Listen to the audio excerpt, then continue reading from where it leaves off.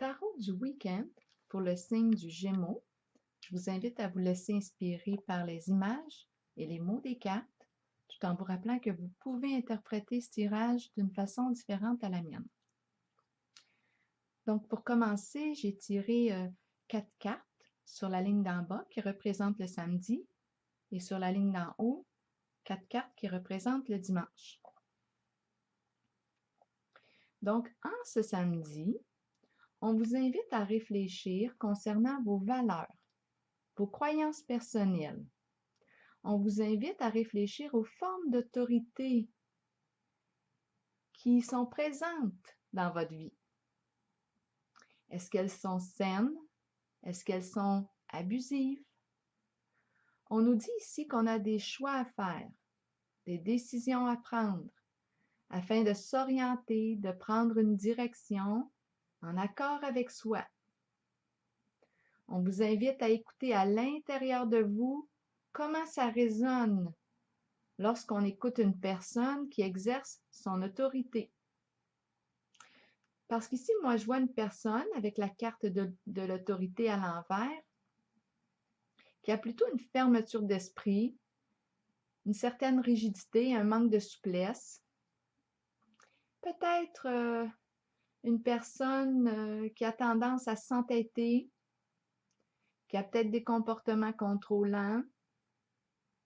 Donc, on vous invite à prendre conscience, à différencier les formes d'autorité et de prendre le temps de vous ressentir à l'intérieur, afin de savoir en quelle forme vous vous sentez plus libre d'être vous-même, dans quelle forme d'autorité vous vous sentez le plus respecté. J'ai la petite carte qui nous parle de mouvement, de changement. Elle nous parle que ça peut évoluer dans un sens positif, comme dans un sens moins favorable. Ça va dépendre des choix, des décisions que vous prendrez concernant le thème de l'autorité, en lien avec des relations, qu'elles soient amicales, amoureuses et ou professionnelles.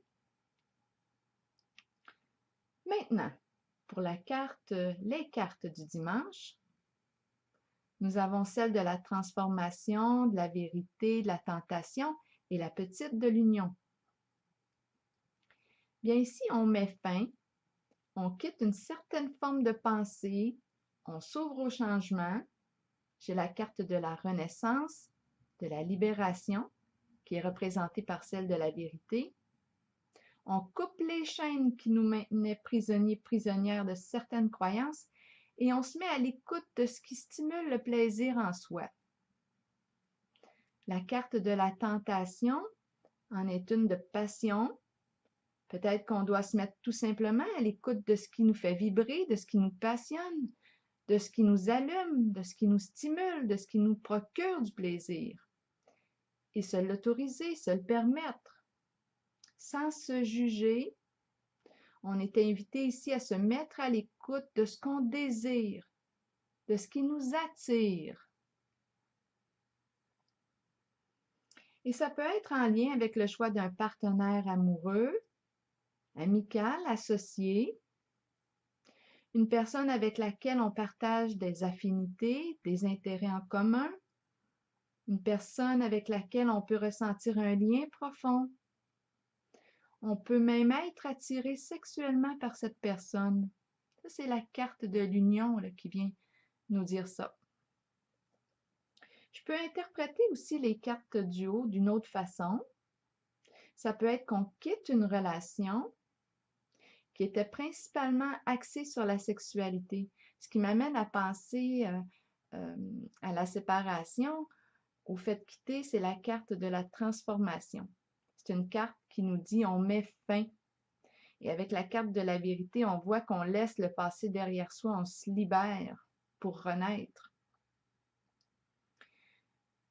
Donc, c'est ça. Comme je vous disais, c'est possible ici qu'on quitte une relation qui était principalement axée sur la sexualité, parce qu'avec la petite carte de l'union, elle peut signifier qu'on cherche à ajouter une autre forme d'intimité à la relation.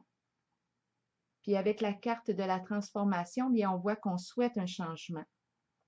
Donc, il peut être possible ici que l'on termine une relation pour se renouveler parce qu'on a changé et qu'on a d'autres besoins au niveau relationnel et intime.